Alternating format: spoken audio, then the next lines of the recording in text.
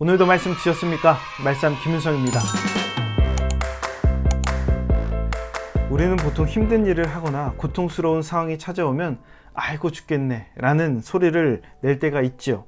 무심결에 죽음을 이야기하는 겁니다.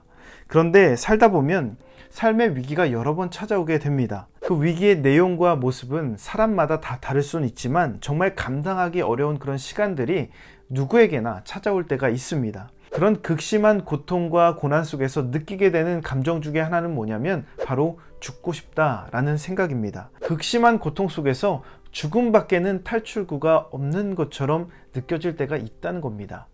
오늘 욥이 그러했습니다. 죽음을 생각합니다. 죽음이 자신을 고통 속에서 해방시켜 줄 것이라 생각하는 거예요. 11절 말씀 보십시오.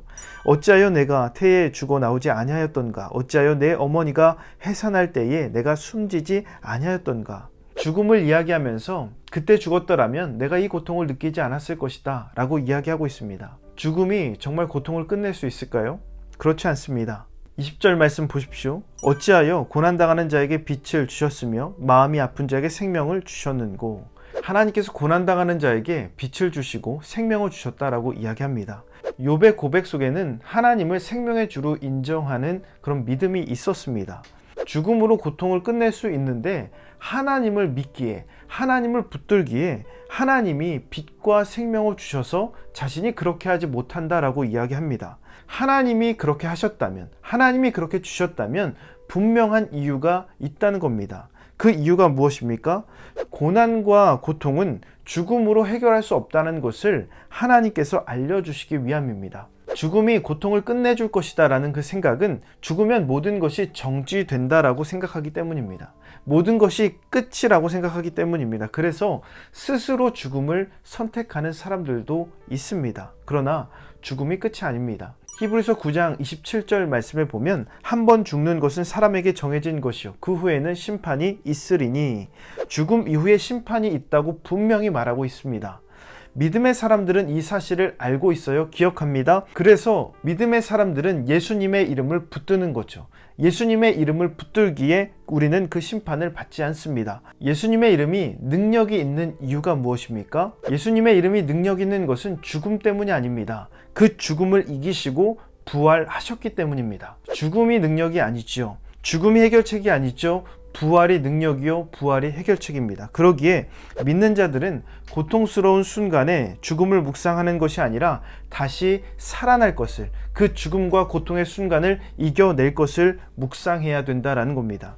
이것이 예수님의 이름을 붙들고 살아가는 사람들의 모습입니다. 그러기에 하나님은 고통을 가중시키는 것이 아니라 더 큰 고통을 막아주시는 것입니다. 23절 말씀 보십시오. 하나님에게 둘러싸여 길이 아득한 사람에게 어찌하여 빛을 주셨는고? 하나님께 둘러싸여 있어서 죽으려 해도 죽을 수 없는 것이 욥의 고백이죠. 그것이 충동적인 죽음이든 아니면 영적인 죽음이든 간에 하나님께 둘러싸여 있으면 죽음과는 멀어지는 삶을 살아가는 거예요. 진정한 고통은 심판 이후에 찾아오는 영원한 형벌 속에 있습니다. 하나님은 이러한 고통을 막아주시기 위해서 죽지 않도록 빛을 주시고 생명을 주시는 겁니다.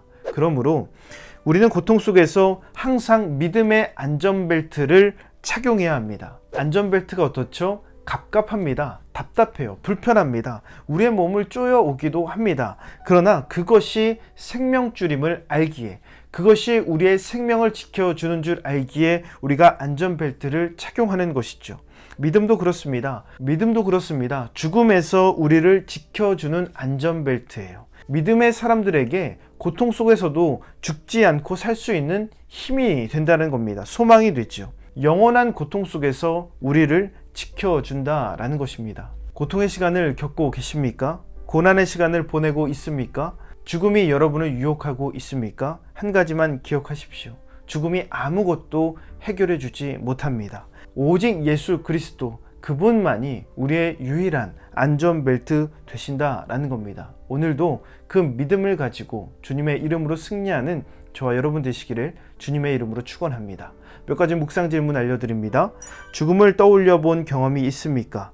하나님이 여러분을 더 고통스럽게 하신다고 오해한 적이 있습니까? 우리의 유일한 안전벨트이신 예수님이 고통과 고난 속에서도 우리를 지키신다는 것을 믿음으로 고백할 수 있습니까? 이 묵상 질문을 곰곰이 생각하시면서 오늘도 실천할 수 있는 구체적인 계획을 세워보시기 바랍니다. 오늘 말씀의 내용이 도움이 되셨다면 좋아요와 구독 꼭 눌러주시고 이 말씀이 여러분의 삶이 되기를 예수님의 이름으로 축복합니다.